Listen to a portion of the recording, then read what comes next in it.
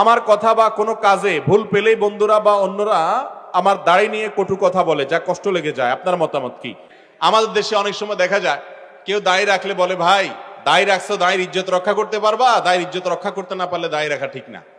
এই ফতোয়া শুনছেন আপনারা? এই ফতোয়া ভুল ফতোয়া, এটা কোনো সঠিক ফতোয়া না। দাড়ির ইজ্জত না রাখতে পারলে যদি দাড়ি রাখা না যায়, তাহলে ইসলামের ইজ্জত না রাখতে পারলে মুসলমানও থাকা যায় না। আমরা কি ইসলামের ইজ্জত পুরোপুরি সবাই রাখতে পারি? তাহলে আমরা ইসলাম কি ছেড়ে দিব? তাহলে মনে রাখবেন, আপনি যে দায় রাখতে না পারেন এর কারণে আপনার ঈমান যাবে না, আপনি মুসলমান থাকবেন।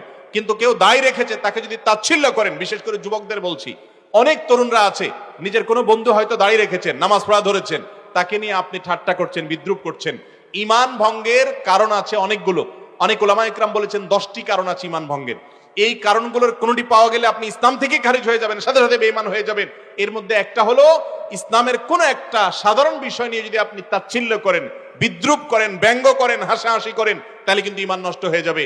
অতএব দায় রাখার এই নির্দেশ নবী করিম সাল্লাল্লাহু আলাইহি সাল্লামের, সমস্ত নবী রাসূলদের সুন্নাত।